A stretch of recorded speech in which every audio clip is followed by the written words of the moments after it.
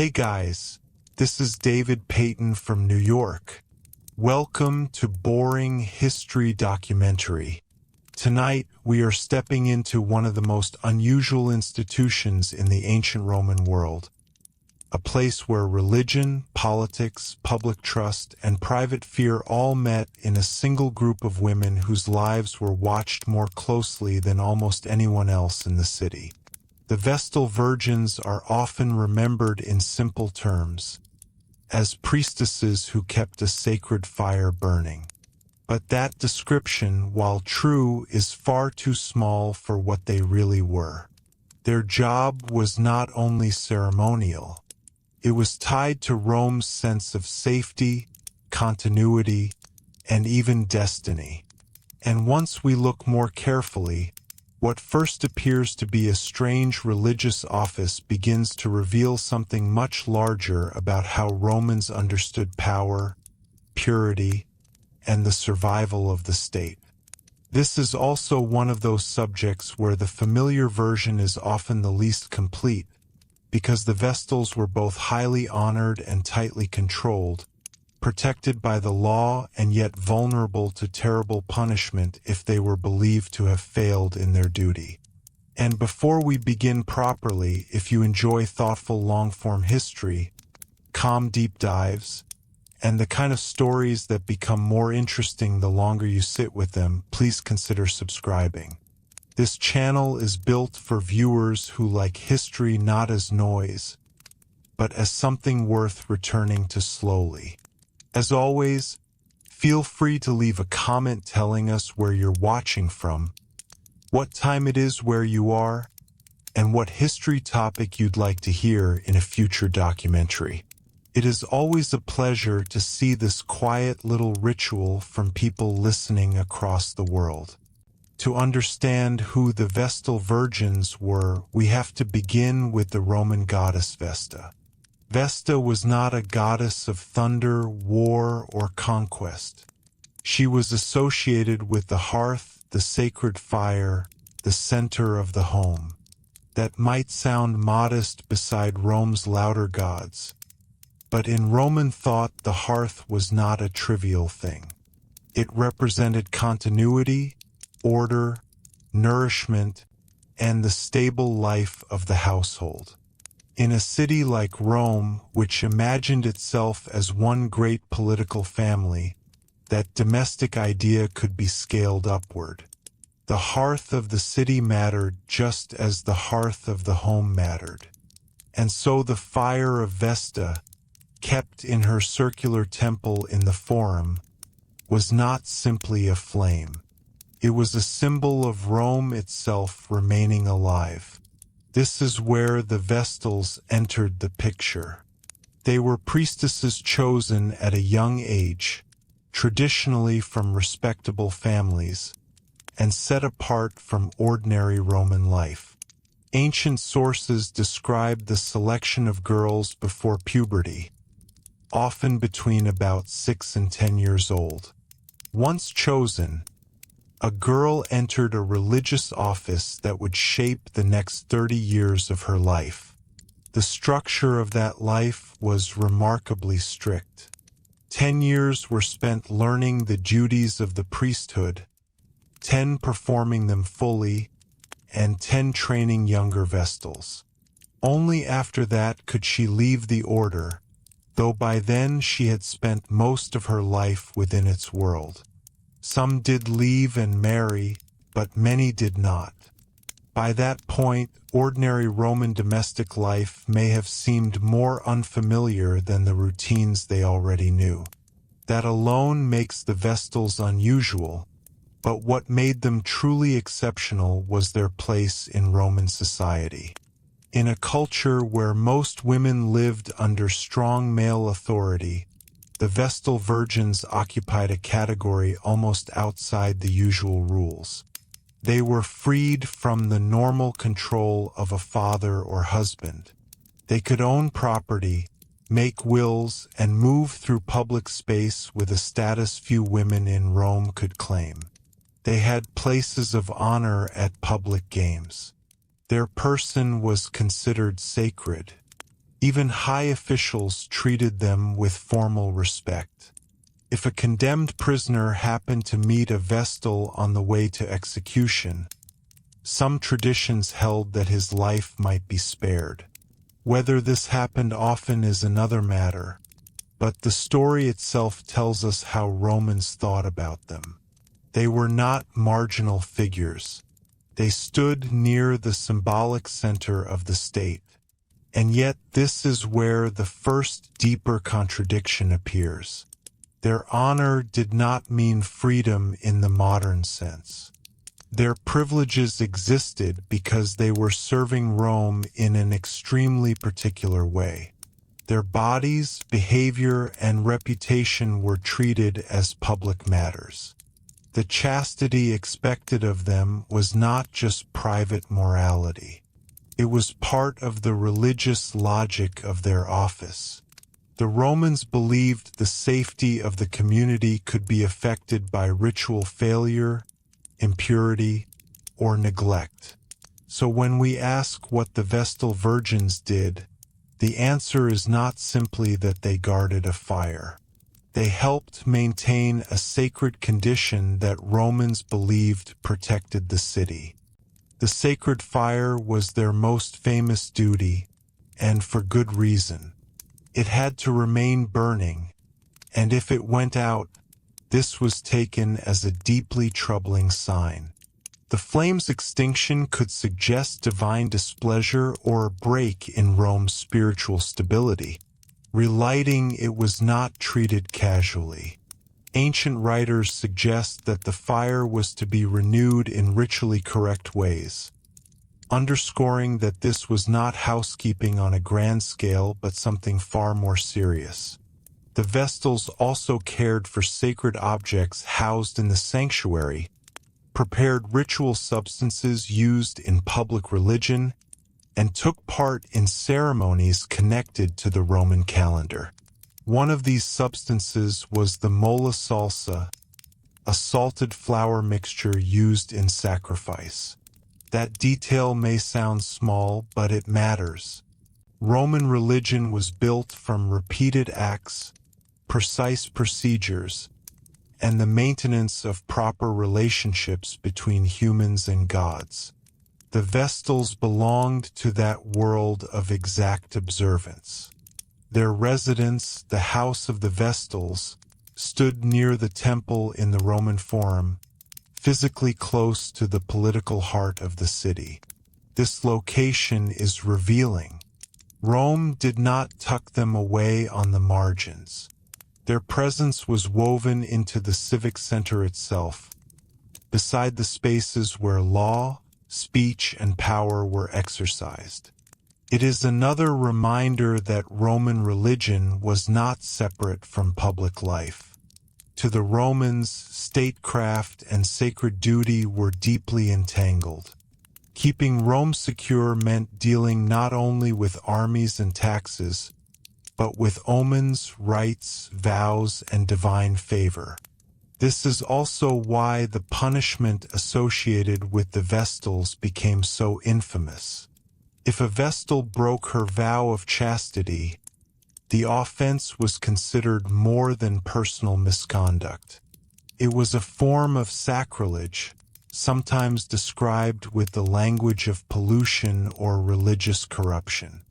Roman tradition held that a guilty Vestal could be buried alive, usually in a subterranean chamber with a little food and water, an unsettling compromise that allowed the state to avoid directly shedding the blood of someone sacred while still condemning her. It remains one of the most disturbing aspects of the institution, and it tells us something uncomfortable but important. The same society that elevated these women could also make them bear the symbolic weight of public crisis. And here we come to another important twist in the story. Accusations against Vestals did not arise in a vacuum. At moments of military defeat, political anxiety, or social strain, suspicion could fall more heavily on those whose purity was tied to the welfare of the state. In other words, When Rome felt endangered, the Vestals could become mirrors for collective fear. That does not mean every accusation was false, and historians must be careful not to replace one oversimplification with another. But it does mean that charges against them should not always be read as straightforward evidence of individual wrongdoing. Sometimes they may also reveal wider Roman anxieties, moments when a society under pressure searched for ritual explanations and symbolic offenders. This is one of the reasons the Vestal Virgins still fascinate people. They do not fit easily into neat categories. They were women with unusual legal independence, yet that independence came inside an institution built on discipline and surveillance. They were revered but also exposed. They embodied purity, but the political culture around them was anything but pure in a simple sense. Even their famous virginity can be misunderstood if we treat it only as a moral ideal.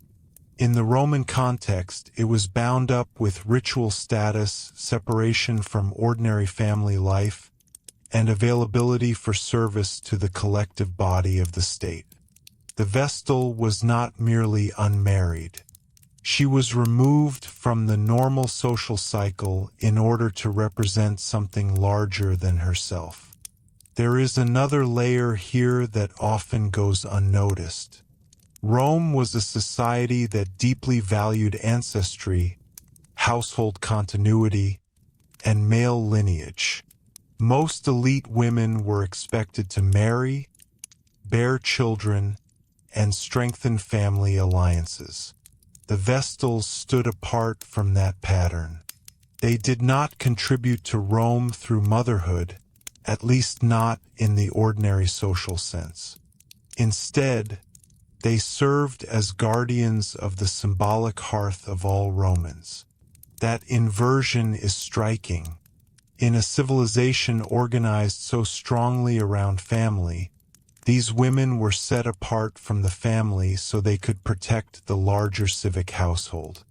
It is one of the clearest examples of how Roman religion could transform social norms into political symbols. Over time, the institution itself changed with Rome. The Vestals endured through the Republic and into the imperial period, long after many other early customs had evolved or faded in importance. Emperors understood their symbolic value and often treated them with visible respect. Their continued presence gave an impression of continuity with Rome's ancient past, which was politically useful in a state that increasingly had to balance old tradition with imperial reality. But no institution lasts forever. As the Roman world changed, and as Christianity rose to dominance, the religious framework that had sustained the Vestals weakened. The sacred fire was eventually extinguished for the last time, and the order disappeared along with the wider religious system that had once made it indispensable. What remains is a subject that is far richer than its most familiar summary. The Vestal Virgins were not simply keepers of a flame. They were guardians of ritual continuity, living symbols of civic stability, and participants in a system where religion and state power were inseparable. Their job was at once practical, sacred, and political. And perhaps that is the most revealing point of all. In Rome, what looked symbolic was often treated as real. A fire was not merely a fire. A vow was not merely personal. A priestess was not merely ceremonial. These things were woven into the health of the state as Romans understood it. When we slow down and look closely, the Vestals tell us less about mystery for its own sake and more about how a great ancient society tried to control uncertainty. Rome could build roads, command armies, and write laws, but it still feared disruption, bad fortune, divine anger, and the fragility of order. The Vestal Virgins stood at the center of that anxiety and that hope. They were entrusted with preserving something that could not be measured like land or silver, but which Romans believed mattered just as much. And that may be why they still feel so compelling now. They force us to ask what a civilization chooses to protect most carefully, and what kind of burden falls on the people made responsible for that protection. Of all the details in their story, I think that may be the hardest one to forget. If you were living in ancient Rome, would the honor of becoming a Vestal have seemed like a privilege, a sacrifice, or something impossible to separate into either category? And which part of their world feels strangest to imagine now? The sacred fire itself, the public reverence they received, or the immense pressure placed on a handful of young women to symbolize the safety of an empire? If you'd like, leave your thoughts below, along with where you're watching from, what time it is there, and the next history subject you'd like us to explore. If we continue to look more closely at their daily lives, the rhythm of a Vestal Virgin's existence begins to feel both structured and strangely quiet, almost removed from the noise of ordinary Roman life. While the forum around them was filled with legal debates, political ambition, trade, and public spectacle, the Vestals operated within a more controlled environment, one that followed ritual time rather than the urgency of civic affairs. Their work was repetitive in some ways, but that repetition was intentional. Roman religion depended on consistency, on doing the same act in the correct way, at the correct time, without deviation. For the Vestals, this meant long hours of careful attention, not only to the sacred fire but to the details that supported it, the cleanliness of the space, the preparation of offerings, and the maintenance of ritual objects whose importance might not have been obvious to an outside observer. One of the more interesting aspects of their role is how little of it involved dramatic public display. Unlike priests associated with grand sacrifices or large festivals, much of the Vestal's work was quiet and continuous. This is easy to overlook because history often emphasizes spectacle, but for the Romans, stability itself was a kind of achievement. A fire that never went out, a ritual performed correctly year after year, these were signs that the system was working. In that sense, the Vestals were guardians of something deliberately uneventful. Their success was measured not by visible triumph, but by the absence of disruption. And yet, despite this quiet routine, they were never invisible. Their presence in Roman society carried a kind of symbolic visibility that was difficult to ignore. When they appeared in public, they were recognized immediately by their distinctive dress, which set them apart from other women. Their clothing was not simply decorative. It signaled their role, their separation from ordinary life, and their connection to something sacred. The Romans paid close attention to such signals. Appearance in this context was not superficial.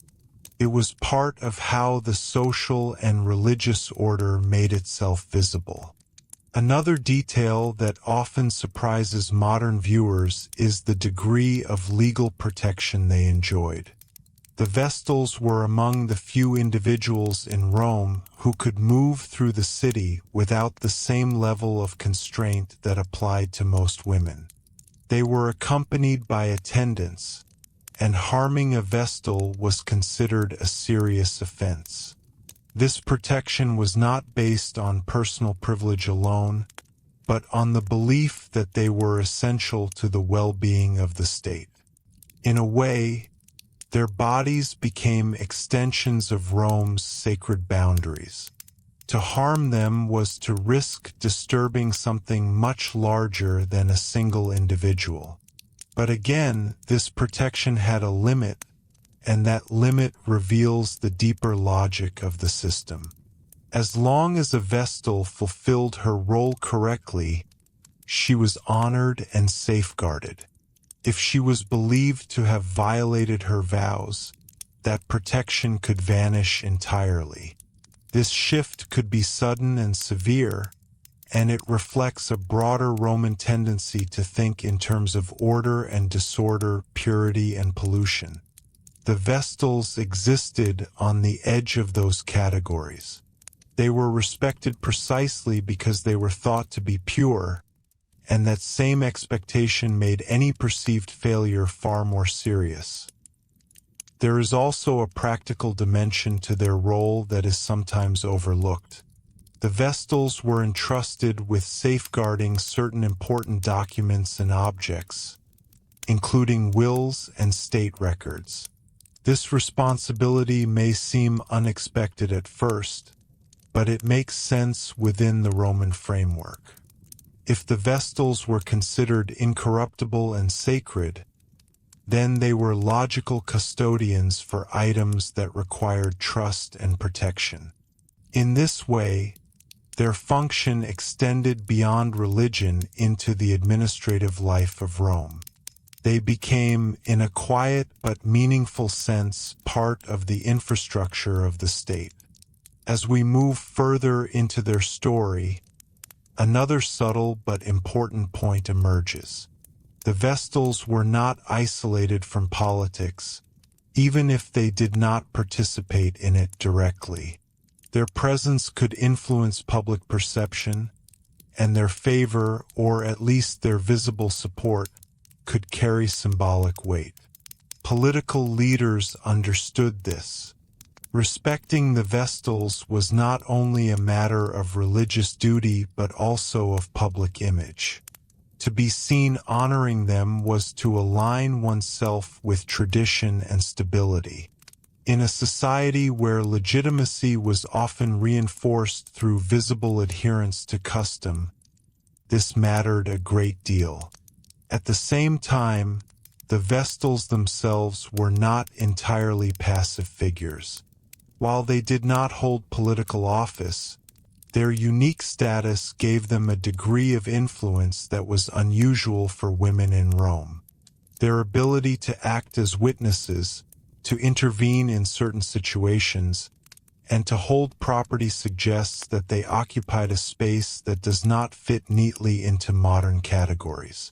They were neither fully private individuals nor conventional public officials. Instead, they existed in a kind of intermediate position, shaped by religious authority rather than political power. There is also something deeply human in the way their lives unfolded over time. A girl chosen at the age of 6 or 7 would grow into adulthood within this structured environment, forming relationships with other Vestals, learning the rhythms of ritual life, and gradually taking on greater responsibility. By the time she reached the final phase of her service, she would not only understand the duties of the role but embody them. This long period of service created continuity within the order itself. Knowledge was not simply written down. It was passed from one generation of Vestals to the next, through observation, practice, and instruction. And yet, we should pause here for a moment, because this continuity also raises a quiet but important question. What did it feel like to live this way for 30 years? Ancient sources give us glimpses, but they are often written from the outside, by male authors who were more interested in the institution than the individual experience. We can infer certain things, the discipline required, the sense of purpose, perhaps even a form of identity built around the role. But there are also gaps, spaces where we can only imagine the inner life of someone who spent her youth and much of her adulthood in service to a system that defined her so completely. This is where the story becomes less about facts and more about perspective. From the Roman point of view, the Vestals were essential, honorable, and necessary. From a modern perspective, we might see elements of restriction, control, and pressure that feel difficult to reconcile. Both views can exist at the same time, and neither fully cancels out the other. That tension is part of what makes the subject so compelling. It reminds us that historical institutions cannot always be reduced to simple judgments. They must be understood within the context that produced them. As the Roman world expanded and evolved, the Vestals continued to serve, adapting in small ways while maintaining their core responsibilities. Their presence linked different generations of Romans to a shared past, reinforcing the idea that certain traditions were worth preserving. Even as political power shifted, as emperors rose and fell, and as the empire itself changed in scale and structure, the image of the Vestal Virgins remained relatively constant. This continuity gave them a kind of quiet authority, one that did not rely on force but on the weight of tradition. And perhaps this is the deeper reason their story has endured. The Vestals represent a form of stability that feels both reassuring and fragile. Their entire existence was built around the idea that certain things must be maintained without interruption. The fire must not go out. The rituals must be performed correctly. The boundary between purity and disorder must be preserved. It is a vision of the world that places enormous importance on continuity, and it asks us to consider what happens when that continuity is threatened. As we continue, we'll begin to look at how this system responded when it was tested, and what those moments reveal about the limits of even the most carefully maintained traditions. When that system was tested, the reaction was rarely calm or detached. For the Romans, disruption in sacred matters was not simply an inconvenience. It was a warning, sometimes interpreted as a sign that the relationship between the city and its gods had been disturbed. And because the Vestal Virgins stood so close to that relationship, any irregularity connected to them could quickly become a matter of public concern. One of the most revealing situations occurred when the sacred fire was accidentally extinguished. This was not treated as a minor lapse. Ancient writers describe it as an ominous event, one that required immediate attention and careful ritual correction. The Vestal responsible could be punished, sometimes through physical discipline administered by the Pontifex Maximus, the chief priest of Rome. What is striking here is not only the seriousness of the response, but the logic behind it. The extinguishing of the fire suggested a break in continuity, and continuity was precisely what the Vestals existed to preserve. In that sense, even a small failure could be interpreted as symbolically large. But even more serious were accusations of unchastity. These cases, though relatively rare, drew intense attention because they struck at the core of what the Vestals represented. If a Vestal's purity was compromised, it was not seen merely as a personal failing. It was understood as a disturbance in the moral and religious order of the state. The investigation of such accusations could involve formal inquiries, testimonies, and the authority of religious officials. And once a judgment was reached, the consequences could be final. It is here that we encounter one of the most unsettling aspects of the institution. The punishment of burial alive, often described in ancient sources, was designed in a way that reflected Roman religious constraints. Because the Vestals were sacred, their blood could not be shed in the usual manner. And so a symbolic solution was created, one that allowed the state to distance itself from direct violence while still enforcing the penalty. The condemned Vestal would be led to an underground chamber, given minimal provisions and sealed inside. It is difficult to imagine the emotional weight of such a moment, both for the individual and for those witnessing it. Yet to the Romans, this procedure maintained a certain kind of ritual logic, even as it revealed the harsh limits of their system. At this point, it is worth pausing again, because there is a tendency to interpret these punishments in purely moral terms, as if they were simply about enforcing virtue. But when we look more closely, a more complex picture emerges. Many of the recorded cases of Vestals being accused or punished occur during periods of political instability, military defeat, or social anxiety. This pattern suggests that the Vestals could become symbolic focal points during times of crisis. When Rome faced uncertainty, attention often turned inward, toward its religious practices and those responsible for maintaining them. In this sense, accusations against Vestals may sometimes reflect broader tensions within Roman society. They could serve as a way of identifying and addressing perceived disorder, even if the underlying causes were far more complicated. This does not mean that all accusations were unjust, but it does invite us to consider the possibility that some were shaped by circumstances beyond the individual. The Vestals, in their role as symbols of purity and stability, were uniquely positioned to absorb these anxieties. And yet, despite these risks, the institution persisted for centuries. This endurance tells us something important about how deeply it was embedded in Roman culture. The Vestals were not a temporary experiment or a marginal tradition. They were part of the core structure of Roman religious life, sustained by belief, habit, and the authority of tradition.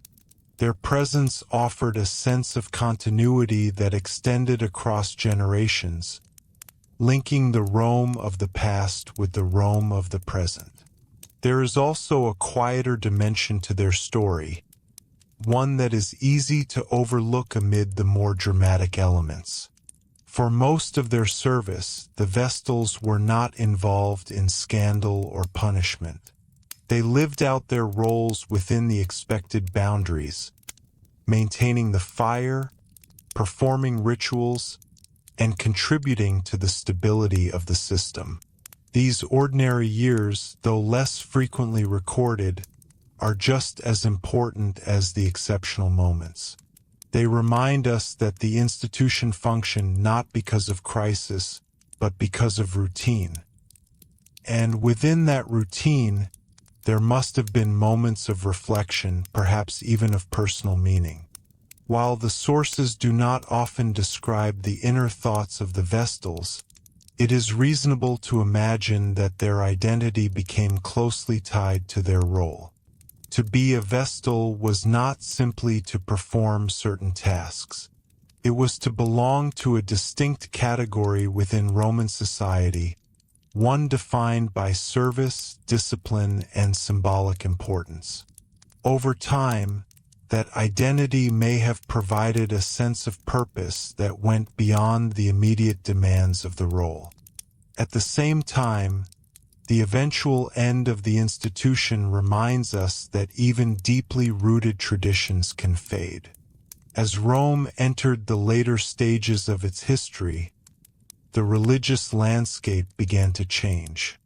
New beliefs, particularly Christianity, offered different ways of understanding the relationship between the divine and the human. The old system, with its emphasis on ritual precision and continuity, gradually lost its central place. The sacred fire, once so carefully maintained, was extinguished, and the Vestals disappeared from the historical record. This transition was not sudden, nor was it without resistance, but it reflects a broader shift in how people understood the world around them. The idea that the safety of the state depended on the uninterrupted maintenance of a sacred flame became less convincing within a new religious framework. And so what had once been essential became, over time, unnecessary. Looking back, the story of the Vestal Virgins offers a unique window into the Roman mind. It shows us a society that placed great importance on continuity, that sought to manage uncertainty through ritual, and that invested certain individuals with extraordinary symbolic weight. It also reveals the tensions within that system, the balance between honor and control, protection and vulnerability. Perhaps what makes their story linger is not just the details of what they did, but the questions it raises. What does it mean to trust a small group of people with something believed to be essential to the survival of a community? How does a society decide who carries that responsibility? And what happens when that trust is tested? As you think about the Vestal Virgins, you might find yourself returning to one simple image: a fire kept burning year after year, tended by hands that were both respected and constrained, visible yet set apart.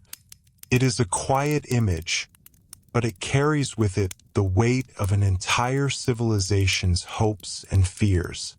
And maybe that is where their story leaves us, not with a single conclusion, but with a sense of perspective. The Romans believed that stability required constant care, that even something as enduring as a great city depended on fragile acts repeated without interruption. The Vestals embodied that belief, and in doing so, they became one of the most enduring symbols of how Rome understood itself. If you've stayed with this story until now, you might ask yourself which part of their role feels most difficult to imagine living through. The discipline of their daily routine, the honor of their public status, or the risk that came with being so closely tied to the fate of an entire society. Feel free to share your thoughts, along with where you're listening from and what time it is there. It's always interesting to see how these quiet histories travel across different places and moments. There is, however, one more layer to the story of the Vestal Virgins that often goes unexamined, and it has less to do with what they did, and more to do with how the Romans thought about time itself.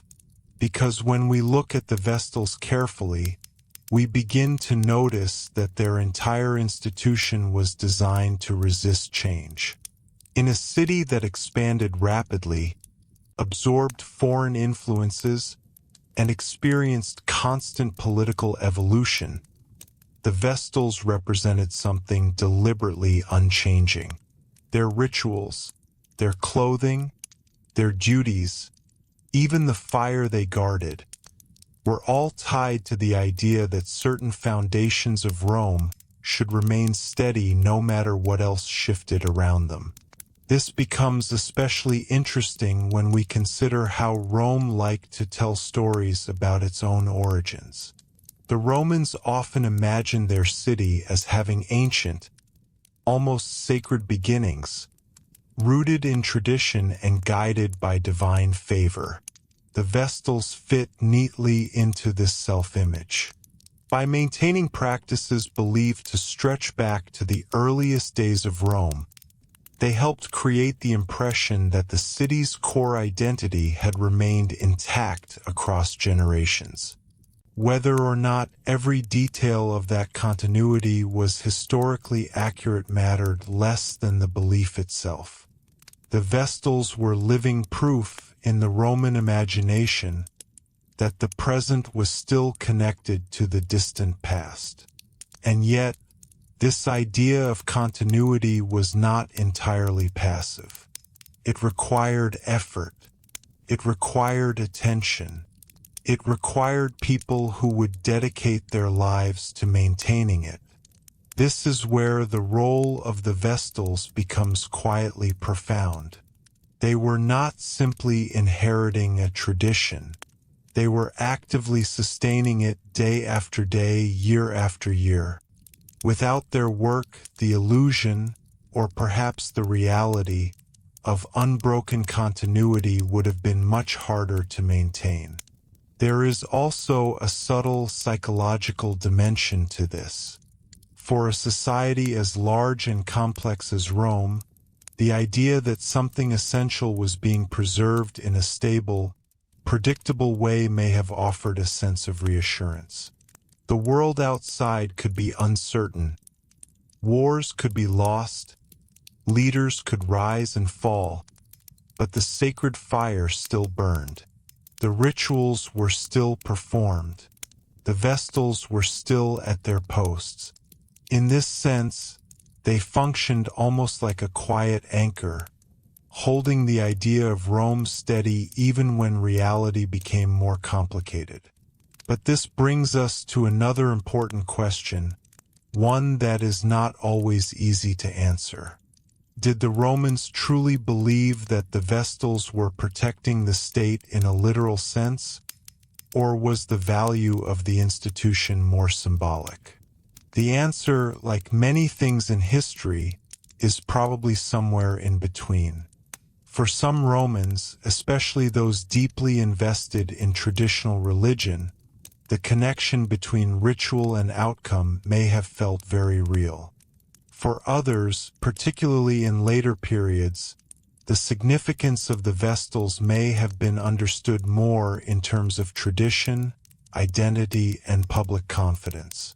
This dual nature, both practical and symbolic, is part of what allowed the institution to endure for so long. It could be interpreted in different ways by different people, adapting subtly without losing its outward form. This flexibility is often a key feature of long-lasting traditions. They appear stable on the surface, but beneath that surface, their meaning can shift just enough to remain relevant. There is also something worth considering about the way the Vestals were remembered after their time had passed. Later writers, looking back on the ancient traditions of Rome, often describe the Vestals with a mixture of respect and distance. They recognized the importance of the institution, but they were also aware that they were describing something from a different world. This sense of distance can be felt even today. The Vestals seem familiar in some ways. We understand the idea of responsibility, ritual, and public trust, but at the same time, their world feels fundamentally different from our own. And perhaps that is why their story continues to hold attention. It sits at the intersection of things we recognize and things we do not. We can understand the importance of maintaining something valuable over time. We can understand the pressure of being entrusted with responsibility. But the idea that the safety of an entire city might depend on a small group of individuals maintaining a sacred fire feels both distant and strangely compelling. There is also a quiet human question at the center of all this. What did the Vestals themselves believe about their role? Did they see the fire as something fragile and in need of constant care, or as something enduring that they were simply helping to preserve? Did they feel pride in their position, or a sense of burden, or perhaps a mixture of both. The sources do not give us clear answers, but the questions themselves are worth considering. As we reach the final part of this story, it is useful to step back and look at the Vestals not just as individuals, but as part of a larger pattern in human history. Many societies have created roles or institutions designed to protect what they consider essential. These roles often involve a combination of honor and restriction, trust and control. The Vestals are one example of this pattern, shaped by the specific beliefs and values of ancient Rome, but not entirely unique in their underlying logic. What makes them stand out is the clarity with which their role was defined and the seriousness with which it was treated. The Romans did not leave the protection of their symbolic center to chance. They created a system, selected individuals to carry it out, and surrounded it with rules, expectations, and consequences. In doing so, they revealed something about how they understood the relationship between the individual and the collective.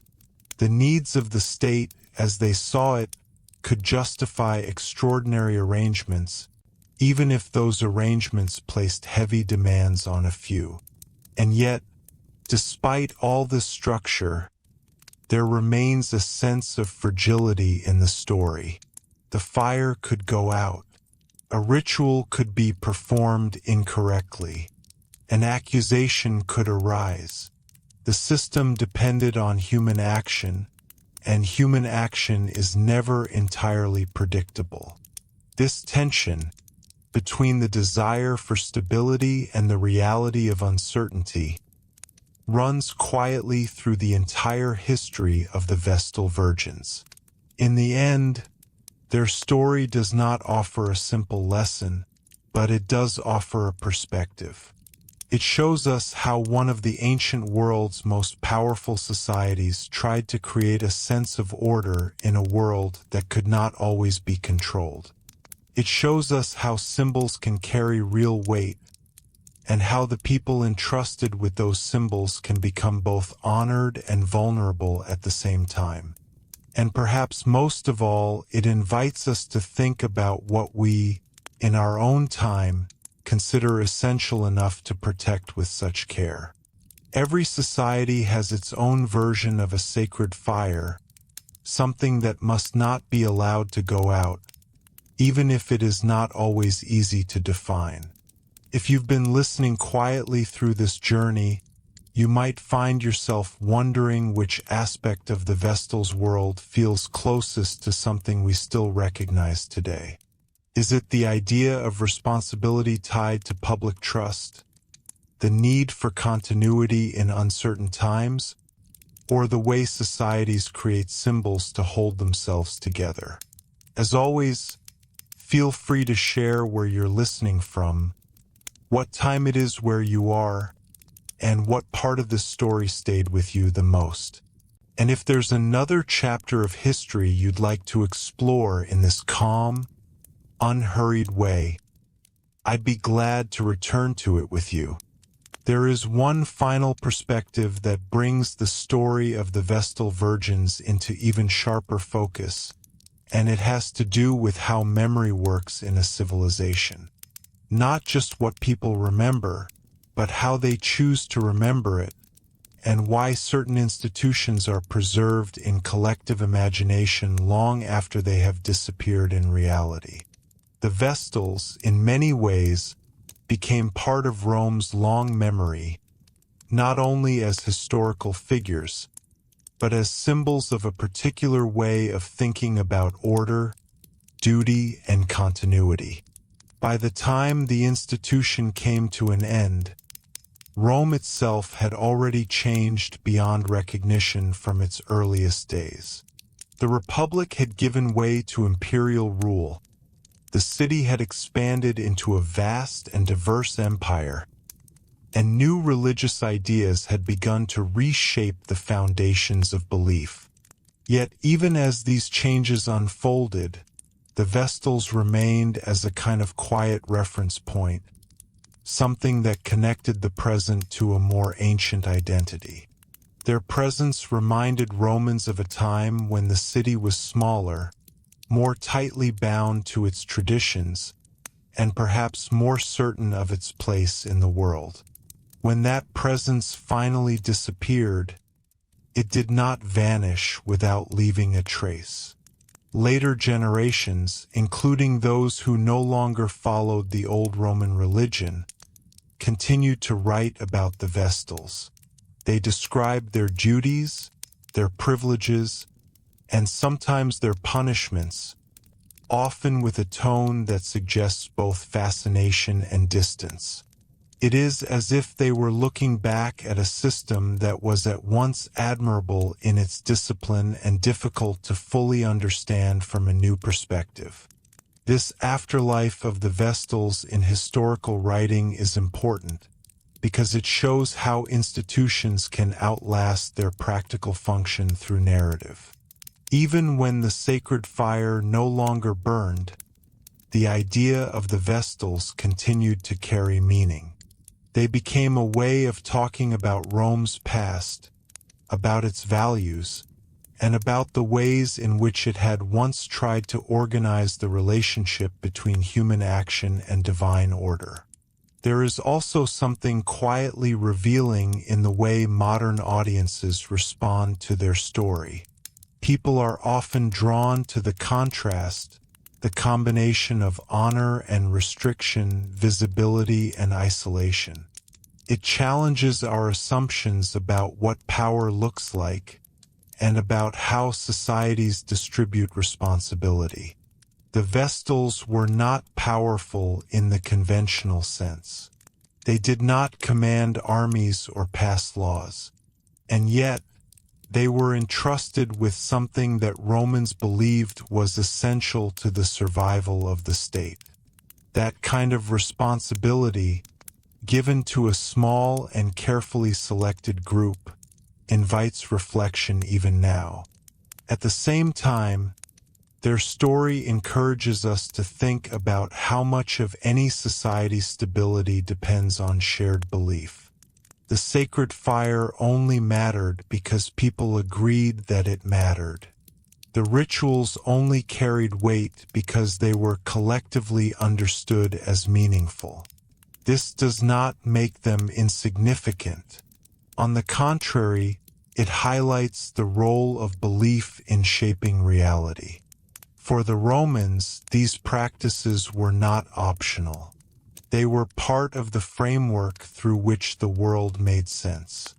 And yet, belief itself is not fixed, can shift, adapt, or fade. The eventual decline of the Vestals reminds us that even the most deeply rooted systems can change when the underlying ideas that support them begin to evolve. When new ways of understanding the world take hold, the institutions built on older frameworks may lose their central place, even if they remain respected as part of the past. There is a quiet symmetry in this. The Vestals existed to preserve continuity, to resist change, and to maintain a connection between past and present. And yet, they themselves became part of the past, something to be remembered rather than continued. In this way, their story reflects the very tension they were meant to manage, the balance between stability and transformation. If we step back even further, we might notice that the Vestals also reveal something about how societies handle uncertainty. Every community at some level faces questions it cannot fully answer. What ensures our survival? What keeps order from breaking down? What must be protected at all costs? The Romans responded to these questions by creating systems of ritual, by assigning responsibility, and by embedding those responsibilities within a framework of belief. The Vestals were one expression of that response. In a different time and place, the answers might look very different, but the questions themselves remain familiar. And this is where the story begins to feel less distant. It is not just about ancient Rome. It is about how people in any era try to create a sense of stability in a world that is never entirely predictable. There is also a quieter, more personal dimension to consider. The Vestals lived lives that were both defined and limited by their role. They were given status but also expectations. They were protected but also watched. Their identity was shaped by something larger than themselves, something they did not choose in the ordinary sense. And yet, within that structure, they carried out their duties with a consistency that allowed the institution to endure for centuries. This raises a question that is difficult to answer, but worth asking. To what extent did the Vestals see themselves as individuals within the system, and to what extent did they see themselves as part of something larger? The sources do not give us direct access to their voices, but the very existence of the institution suggests that they were able, in some way, to inhabit that role over long periods of time. As we bring this story to a close, it may help to return to the simplest image at its center.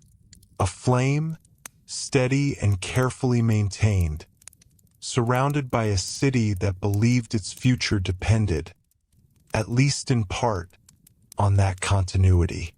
Around that flame stood a small group of women, set apart from ordinary life, carrying out a duty that was both routine and extraordinary.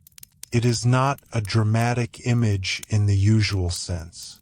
There are no battles, no speeches, no sudden turning points, and yet it carries a quiet kind of weight. It speaks to the idea that not all forms of importance are loud, and that some of the most significant roles in a society may be the ones that operate without constant attention, holding things together in ways that are easy to overlook. If you've stayed with this story from beginning to end, you might find yourself reflecting on what, in our own world, plays a similar role. What do we maintain carefully, even if we rarely think about it? What routines or responsibilities carry more meaning than they appear to on the surface? And how would we recognize their importance if they suddenly disappeared? Feel free to share your thoughts, along with where you're watching from and what time it is where you are. And if there's another part of history you'd like to explore in this same calm and thoughtful way, I'd be glad to continue the journey with you. If we sit with the story just a little longer, another quiet realization begins to emerge, one that is easy to miss at first. The Vestal Virgins were not only maintaining a flame or preserving rituals, they were also maintaining a sense of predictability in a world that could often feel uncertain and unstable. And in many ways, that may have been one of their most important functions. Ancient Rome, despite its power and organization, was not a place of constant security. It faced wars, political struggles, economic pressures, and natural uncertainties that could not always be controlled. In such an environment, the idea that certain things remained steady, that some duties were carried out without interruption, would have carried real psychological weight. The Vestals represented that steadiness.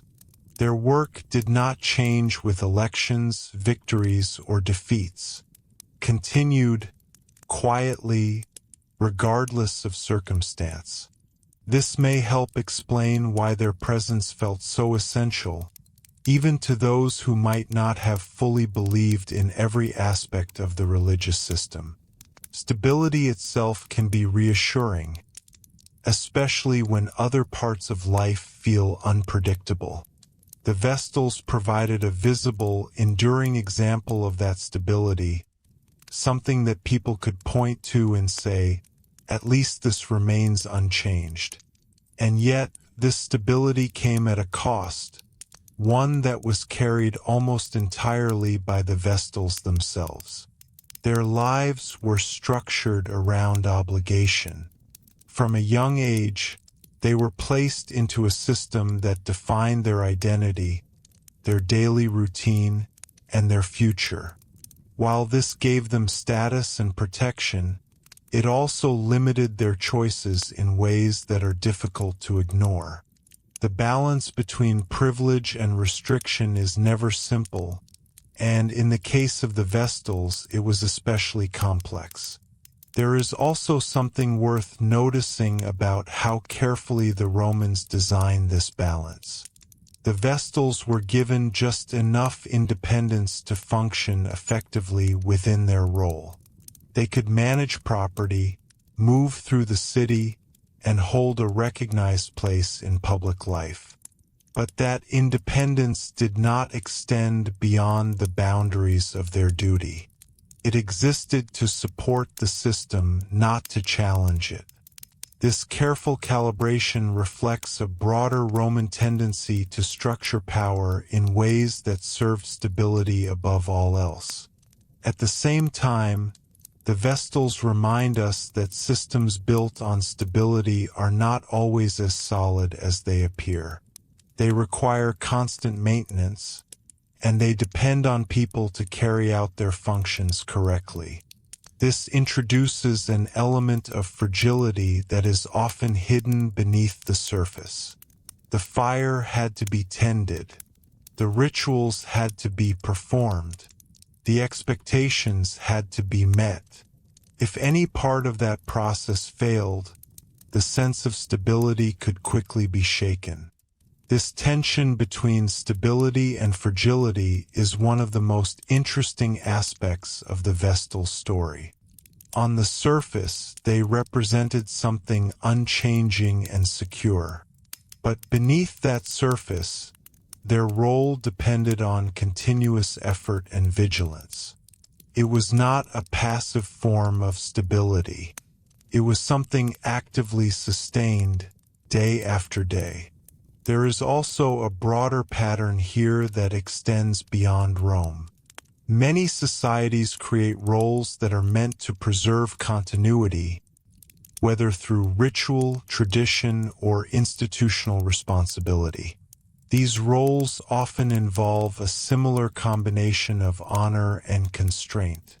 They are respected because they are important, but they are also tightly defined because that importance must be carefully managed.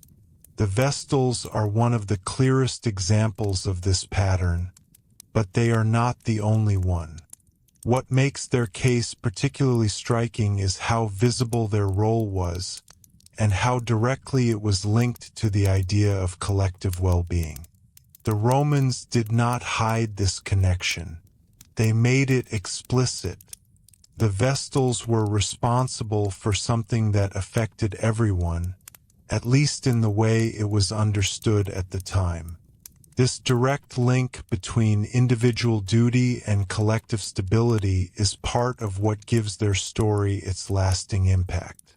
As we reflect on this, it becomes easier to see why their story continues to resonate.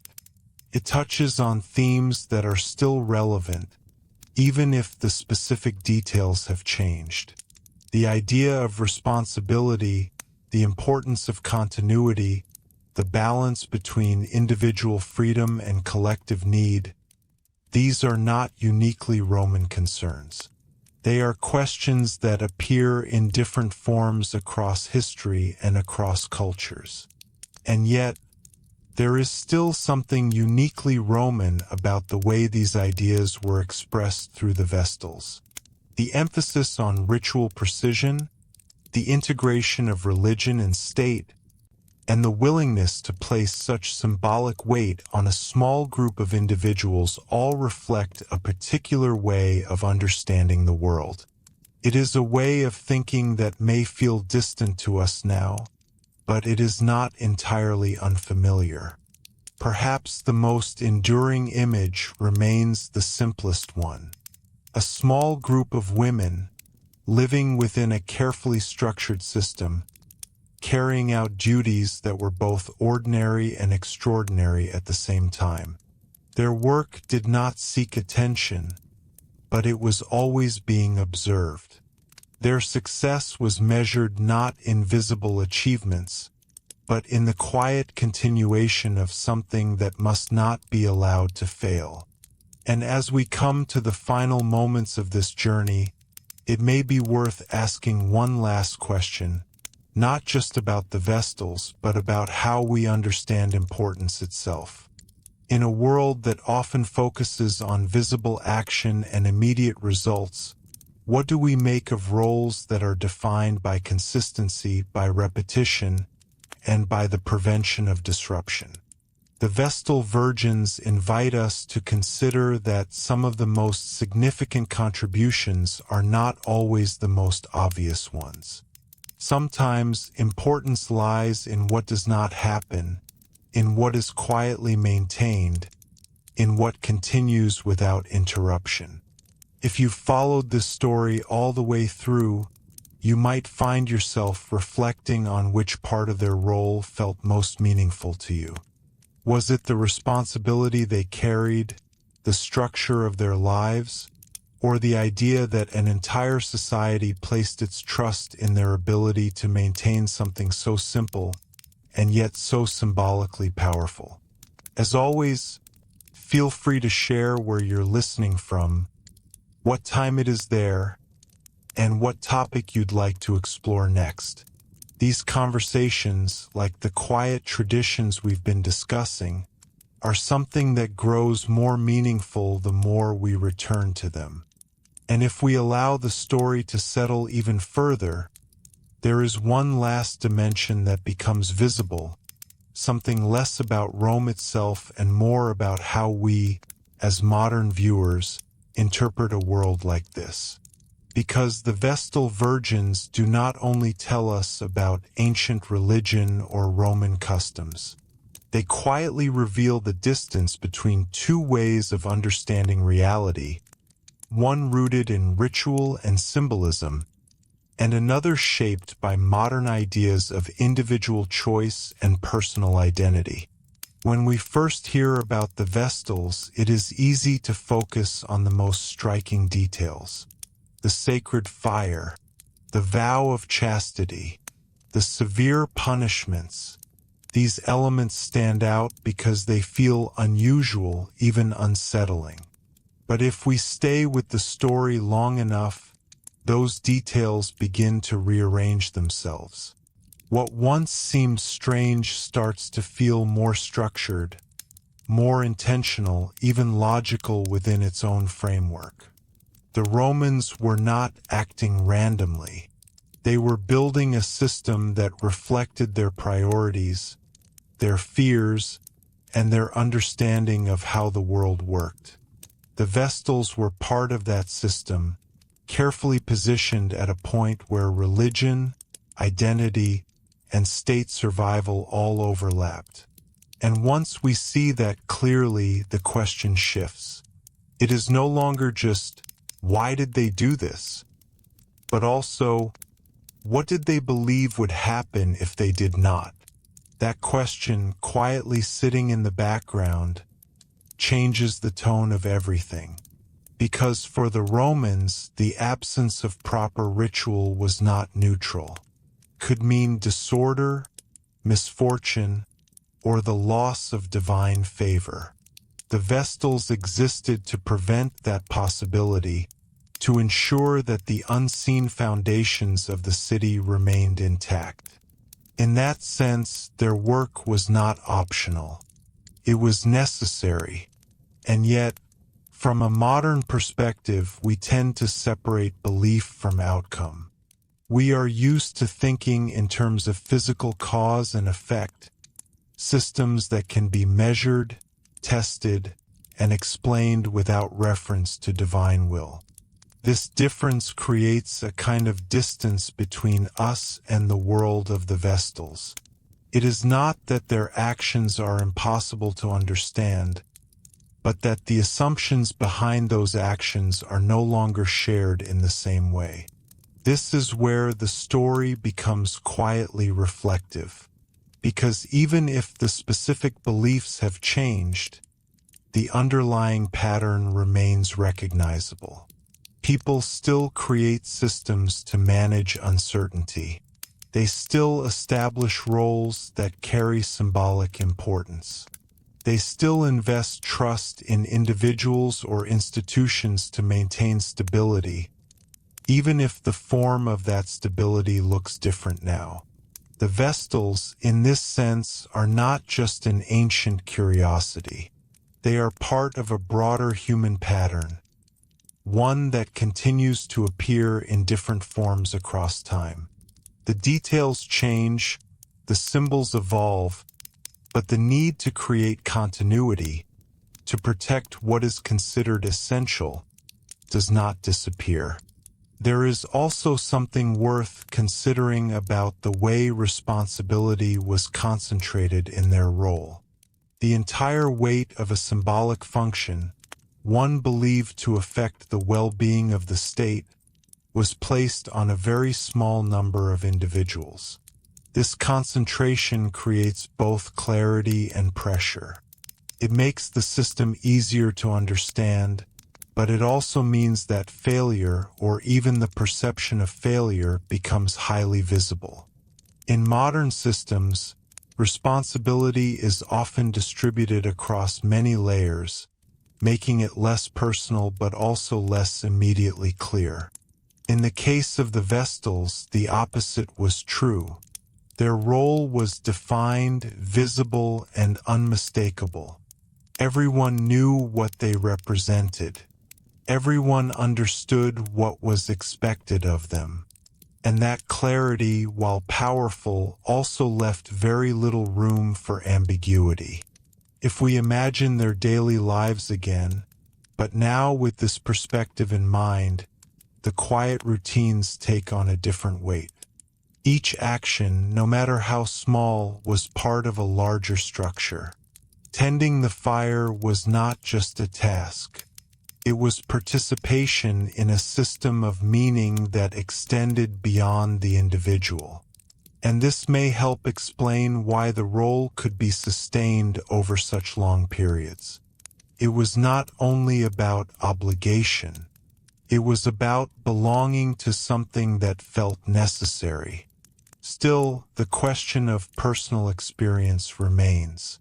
And perhaps it is one of the most difficult parts of the story to approach with certainty. We can describe the structure of their lives, the expectations placed upon them, the privileges they held.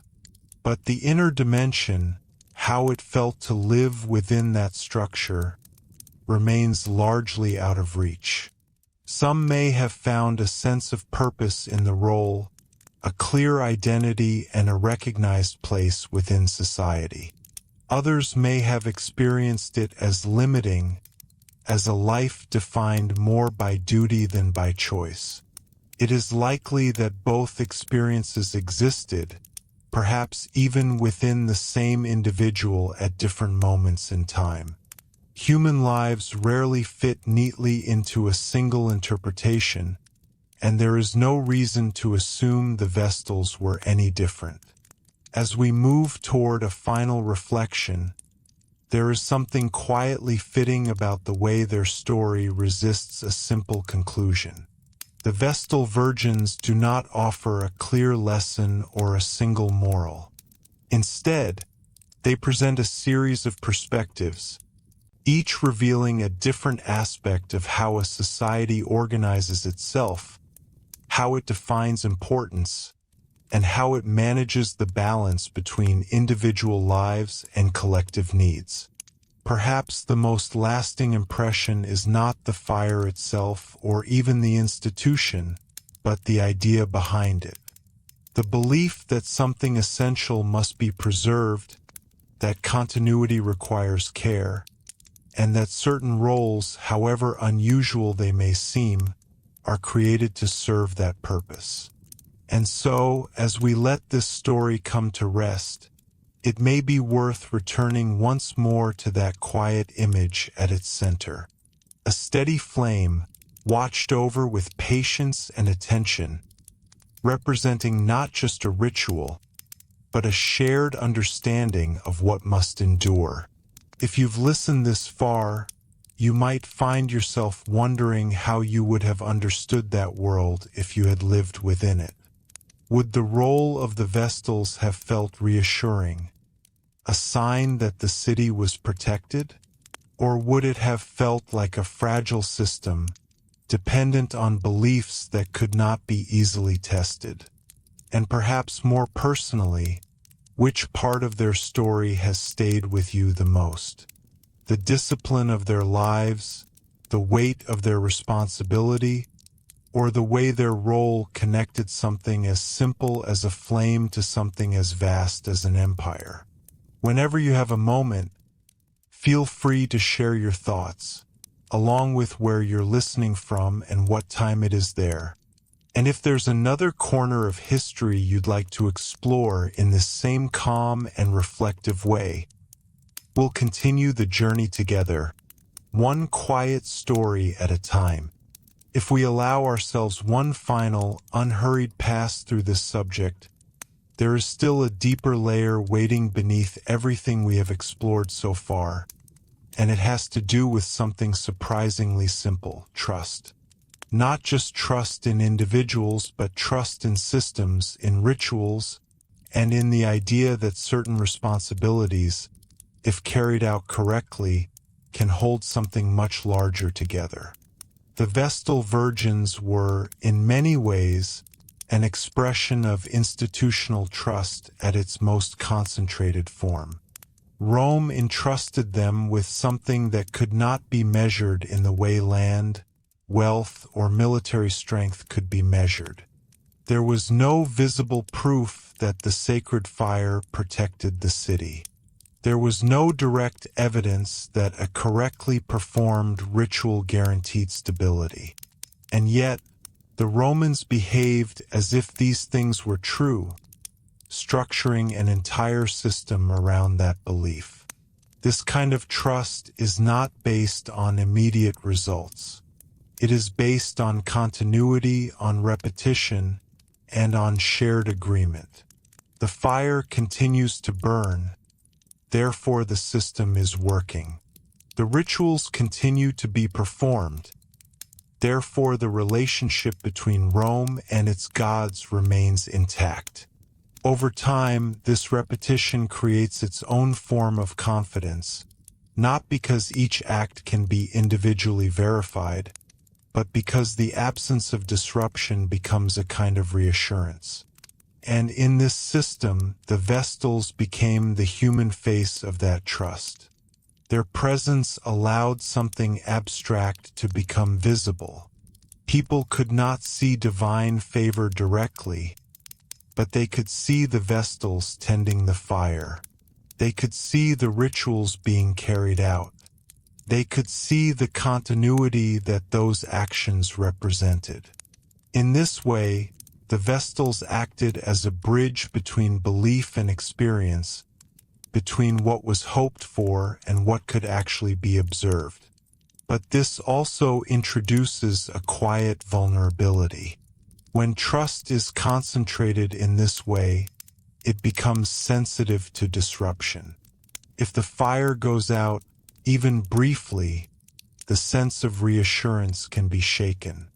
If a Vestal is accused of failing in her duty, the symbolic foundation of the system is called into question.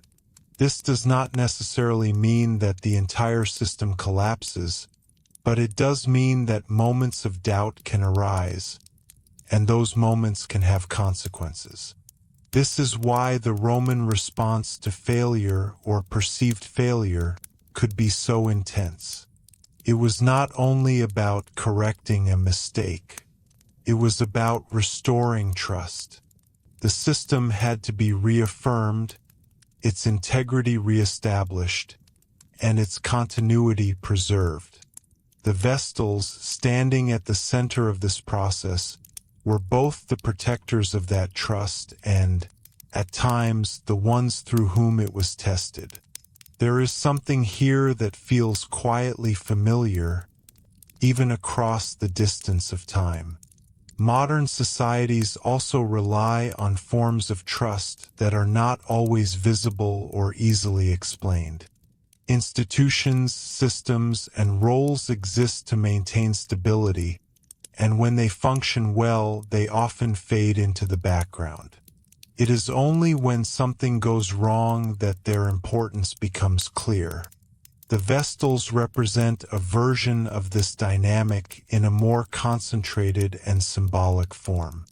Their role makes visible something that is often hidden: the reliance of a society on repeated, consistent action carried out by individuals who may not always be fully seen or understood by those they serve.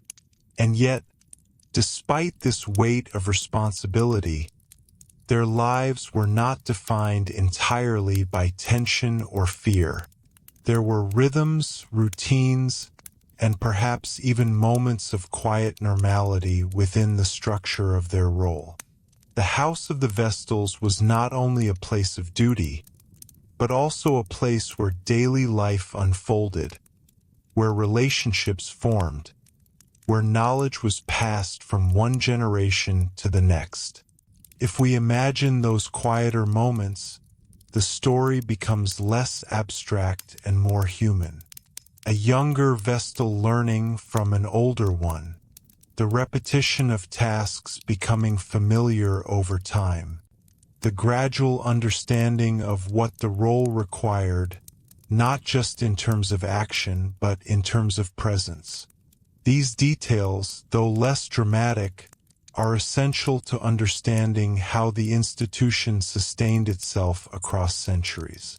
There is also a sense in which the Vestals lived slightly outside the usual flow of Roman life.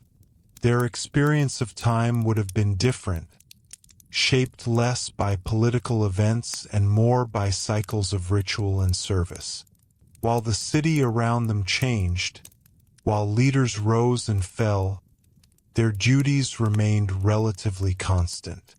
This separation may have created a perspective that was distinct from that of ordinary citizens, a way of seeing Rome not only as a place of activity, but as something that required ongoing care and attention. As we approach the end of this long reflection, it becomes clear that the Vestal Virgins cannot be reduced to a single idea. They were not simply religious figures, nor were they purely symbolic. They existed at the intersection of belief, structure, and lived experience, carrying a role that was as complex as the society that created it. Their story invites us to slow down, to look beyond the surface, and to consider how meaning is constructed within a culture. It shows us that what a society chooses to protect, and how it chooses to protect it, can reveal a great deal about its values, its fears, and its understanding of the world. And perhaps most quietly of all, it reminds us that continuity is rarely automatic. It is something that must be maintained, often through small, repeated actions that do not draw attention to themselves. The Vestals embodied that principle. Their work was not loud or dramatic, but it was constant, and in that constancy, it carried significance. So as we let this story settle, there is one final thought worth holding on to. The image of a flame that must not go out is simple, but it is also deeply symbolic. It represents the idea that some things, once recognized as essential, require care that does not pause, attention that does not drift, and trust that is renewed through repetition. If you've stayed with this story all the way through, you might find yourself thinking about what, in your own world, functions in a similar way. What is quietly maintained, often without recognition, but remains essential nonetheless. And how often do we notice it before it is interrupted? Whenever you feel like it, share your thoughts along with where you're watching from and what time it is there.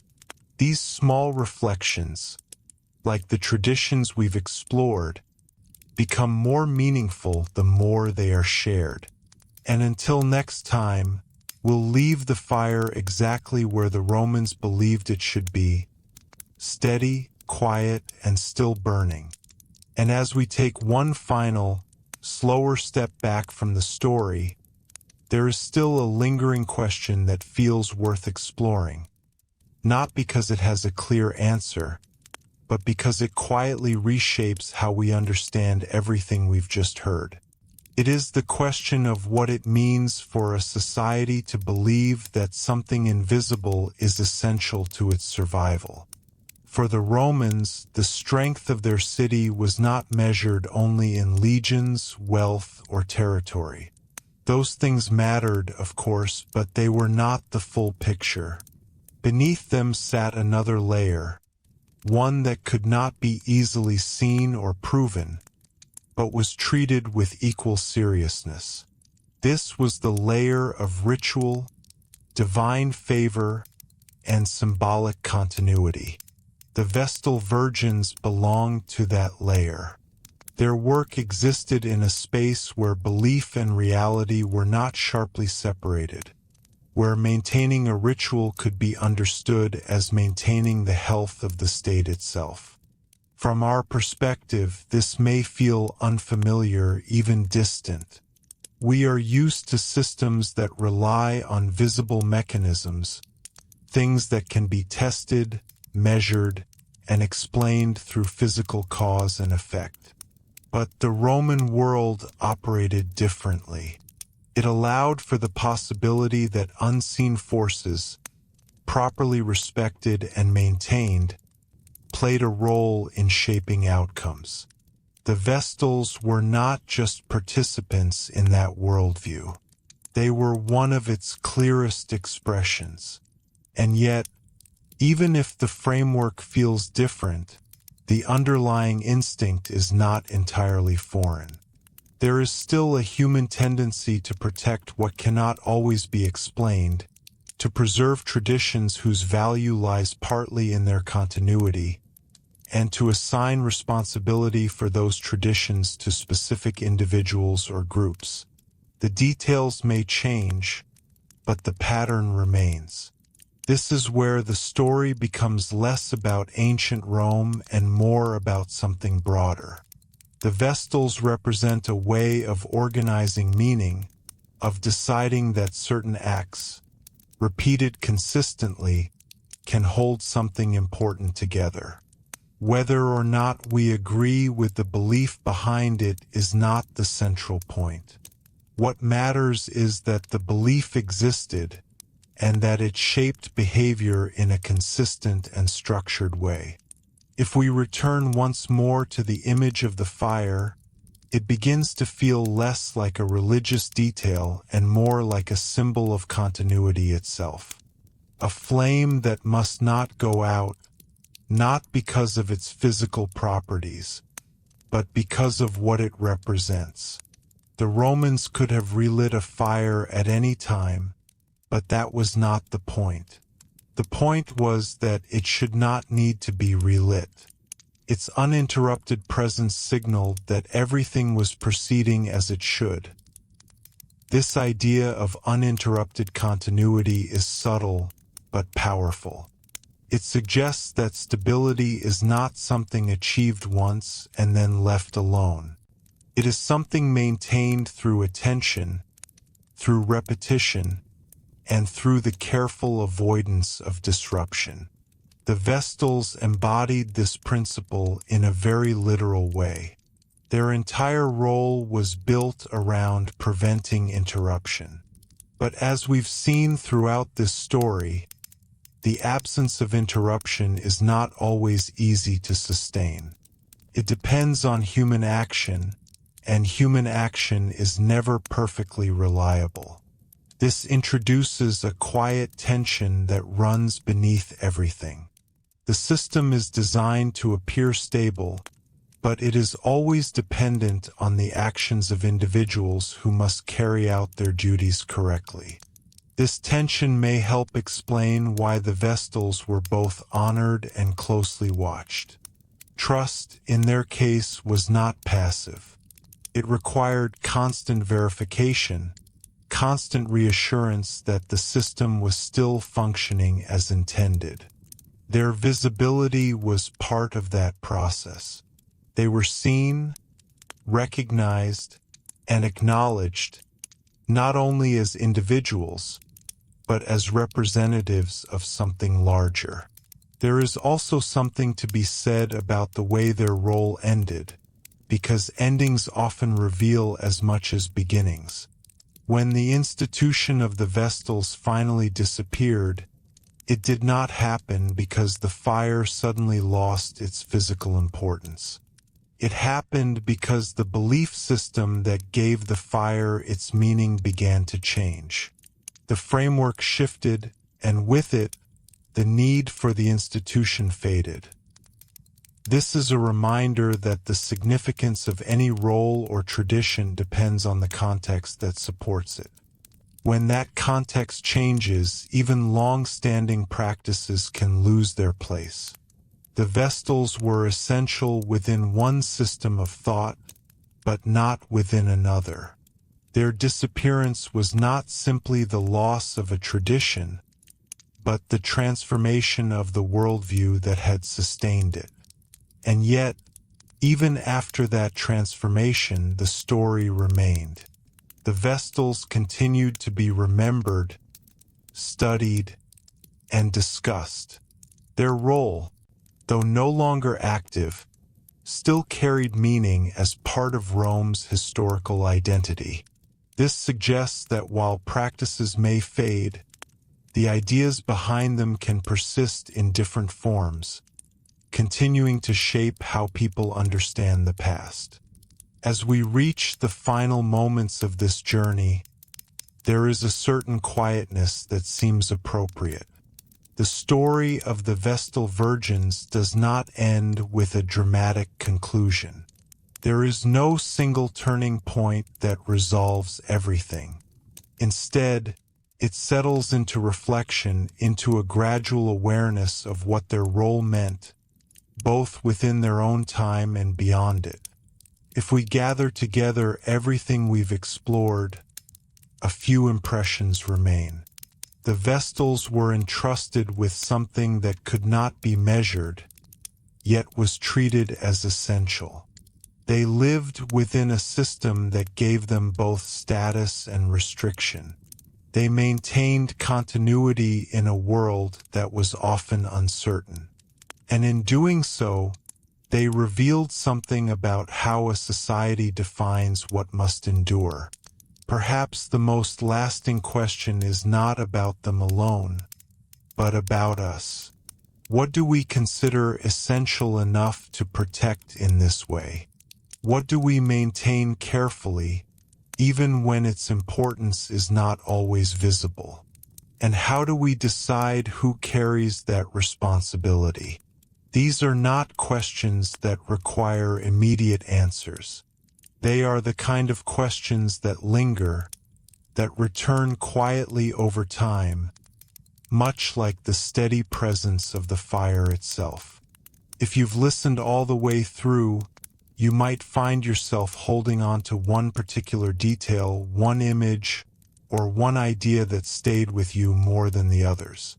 It might be the discipline of their daily lives, the weight of their responsibility, or simply the quiet persistence of something that was never meant to be interrupted. Whenever you feel like sharing, let me know where you're listening from, what time it is there, and which part of the story you found the most thought-provoking. And if there's another piece of history you'd like to explore in this same calm and steady way, we'll continue again soon. Until then, the story rests where it always has, in that quiet space between what is seen and what is believed, where a small, carefully tended flame once carried the meaning of an entire world. And even now, after tracing the Vestal Virgins through their duties, their privileges, their risks, and their quiet endurance across centuries, there is still a final way to understand them, one that shifts the focus from Rome as a system to Rome as a lived experience. Because behind every structure, every ritual, and every symbol, there were individuals moving through time, waking each day into a role they did not design, but gradually came to inhabit. And in the case of the Vestals, that role was not temporary or occasional. It was continuous. It shaped not only what they did, but how they understood themselves within the world around them. If we imagine the beginning again, a young girl, chosen before she fully understood what the role would mean, leaving behind the ordinary path of family life, entering a space defined by discipline and expectation, there is something quietly profound in that transition. She would grow up not as most Romans did, but within a system that asked her to represent something larger than herself. Over time, that identity would not feel like an addition to her life. It would become her life. And yet, what is striking is how little we hear directly from these individuals. The sources that describe the Vestals are written by others, observers, historians, officials, all trying to explain the institution, not necessarily the inner lives of the women within it. This absence creates a kind of silence at the center of the story, one that invites reflection rather than certainty. We can, however, notice the structure that surrounded them, and from that, begin to infer something about their experience. They lived together, learned from one another, and moved through the same stages of service. There would have been familiarity in that rhythm, a sense of shared understanding that comes from living within the same system for many years. The house of the Vestals was not only a place of duty, but also a place of continuity, where one generation passed its knowledge to the next without interruption. This continuity is important because it suggests that the institution was not sustained by rules alone. It was sustained by people who adapted to those rules, who learned how to live within them, and who carried them forward in a way that made the system stable over time.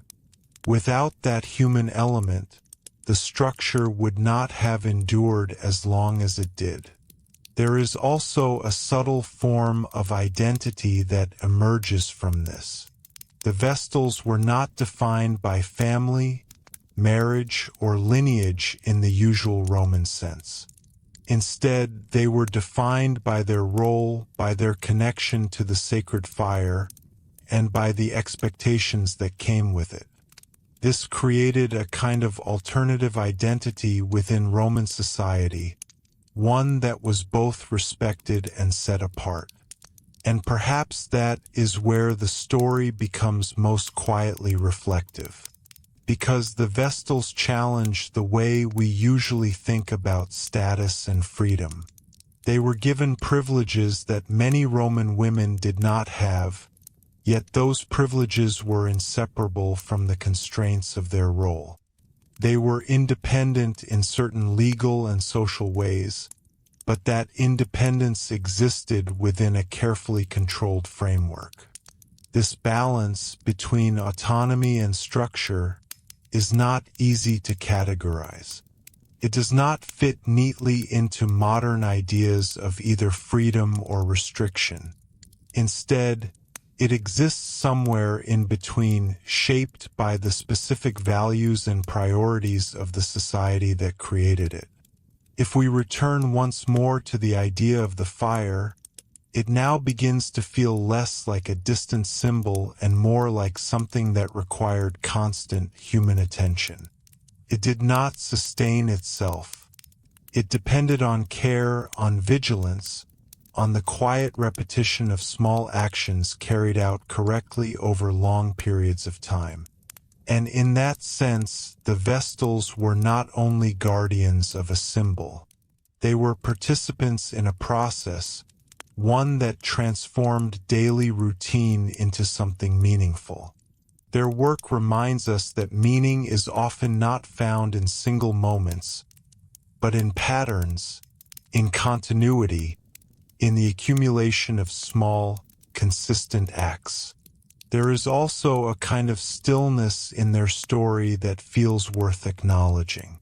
While much of Roman history is filled with movement, expansion, conflict, and change, the Vestals represent something slower. Their role did not depend on speed or reaction. It depended on steadiness. And in a world that was often unpredictable, that steadiness may have carried its own quiet strength. As we bring everything together, it becomes clear that the Vestal Virgins cannot be understood through a single lens. They were religious figures, but also social symbols. They were individuals, but also representatives of a system. They were honored, but also constrained. Each of these perspectives adds something to the overall picture, and none of them fully replaces the others. Perhaps that is why their story feels complete not when it reaches a conclusion, but when it opens into reflection. Because the Vestals do not point us toward a simple answer. Instead, they invite us to consider how societies create meaning, how they assign responsibility, and how they maintain continuity across time. If you've stayed with this story from beginning to end, you might notice that what seemed unusual at first now feels more understandable. Not because it has become familiar, but because it has been placed within its proper context. And that, in many ways, is what history does best. It does not remove the distance between us and the past, but it helps us navigate that distance with a little more clarity. So as we let the story settle one final time, there is one quiet image that remains. Not dramatic, not loud, but steady. A flame carefully maintained. A group of individuals moving through their duties with consistency. A society placing its trust in something that could not be seen, but was deeply believed. And perhaps the final question is a simple one, but not an easy one. What in our own lives or in our own societies carries that same quiet importance? What do we maintain without always noticing? And how would we understand its value if it were suddenly gone? Whenever you feel like it, share your thoughts along with where you're listening from and what time it is there. These reflections, like the traditions we've explored, gain meaning when they are shared and revisited. And for now, we'll leave the story where it has always belonged, in that calm, steady space where continuity is not announced, but quietly preserved. And if we let the story rest just a little longer, there is one final perspective that quietly emerges, one that is less about Rome, less about religion, and more about something deeply human, the need to give shape to uncertainty. Because when we look closely, the Vestal Virgins were not only maintaining a fire or performing rituals. They were part of a larger attempt to make an unpredictable world feel structured, understandable, and, in some sense, controllable. The Romans, like all people, lived with uncertainty about the future, about fortune, about forces they could not fully explain. And rather than leaving that uncertainty undefined, they built systems around it. The Vestals were one of those systems.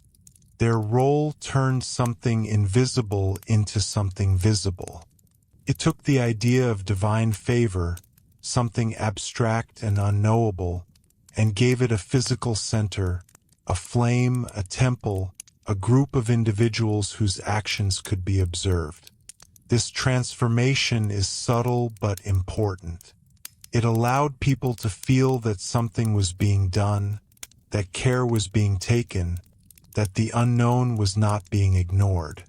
And perhaps that is where the quiet power of their role truly lies. Because even if we set aside the question of whether the fire itself had any direct effect on the fate of Rome, its presence created a sense of continuity. It offered reassurance. It suggested that there was an order behind events, even when those events were difficult to predict or understand. The Vestals, in this sense, were not just caretakers of a tradition. They were caretakers of a feeling, the feeling that something essential was being maintained. And that feeling matters more than it might first appear. If we think about it, many systems in human history serve a similar purpose. They provide structure where there might otherwise be uncertainty. They offer continuity in the face of change. They create the impression that the world is being held together by something consistent and reliable. The difference, perhaps, is that in Rome, this process was made visible in a particularly clear way. A fire that must not go out. A group of individuals responsible for ensuring that it does not. A set of rituals repeated with care and precision. It is a simple structure, but one that carries a great deal of meaning. And yet, within that simplicity, there is also a quiet complexity. Because the system depends on people, and people are never perfectly consistent. This introduces a tension that runs beneath the surface. The system is designed to appear stable, but it requires constant effort to remain that way. The Vestals had to remain attentive, disciplined, and consistent, not occasionally, but continuously. And this continuity is what makes their role so remarkable. Not because it was dramatic, but because it was sustained. Not because it changed history in a visible way, but because it was meant to prevent change, to hold something steady over time. There is something almost meditative in that idea. A life built not around sudden events, but around repetition. A role defined not by moments of action, but by the absence of disruption. A responsibility that is fulfilled not once, but again and again, in small, careful acts. If we imagine that kind of life, it begins to feel very different from the way we often think about importance. We tend to focus on what is visible, what is measurable, what produces immediate results. But the Vestals remind us that there is another kind of importance, one that exists in continuity, in maintenance, in the quiet prevention of breakdown. And perhaps that is why their story feels so calm, even when it touches on serious or difficult aspects. Because at its center, it is not a story of conflict or transformation. It is a story of preservation, of holding something in place, of ensuring that what exists today continues into tomorrow without interruption. As we reach the very end, it may be helpful to return once more to the beginning, not to repeat it, but to see it differently. At first, the Vestal Virgins might appear as a curious detail of ancient religion, something unusual, perhaps even difficult to relate to. But after spending time with their story, that impression shifts. They begin to feel less like an isolated phenomenon and more like an expression of something broader. a society identifying what it believes is essential, creating a role to protect it, and entrusting that role to individuals who must carry it out with consistency and care. That pattern, in one form or another, appears again and again across history. And so, the Vestals remain, not just as figures from the past, but as a reminder of how meaning is created, maintained, and protected. If you followed this journey all the way through, you might notice that the story has slowly moved from the specific to the general, from the details of ancient Rome to questions that feel a little closer to our own experience. And perhaps that is the quiet strength of history when it is allowed to unfold slowly. It does not force conclusions. It does not rush toward a single answer. It simply offers perspective and leaves space for reflection. So before we close, there is one final, gentle question to sit with.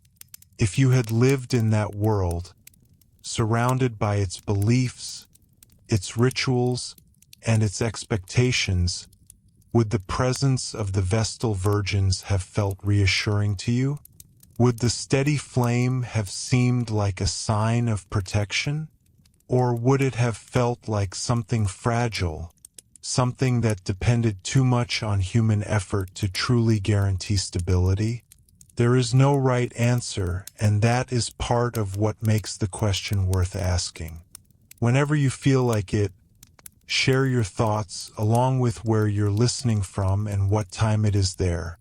It's always interesting to see how these quiet stories are experienced in different places, at different moments.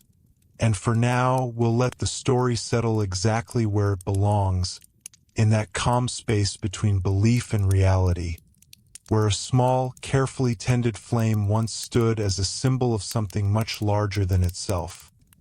And if we allow ourselves one last quiet reflection, there is still something left to consider, something that sits almost beneath the entire story, so subtle that it can be easy to overlook.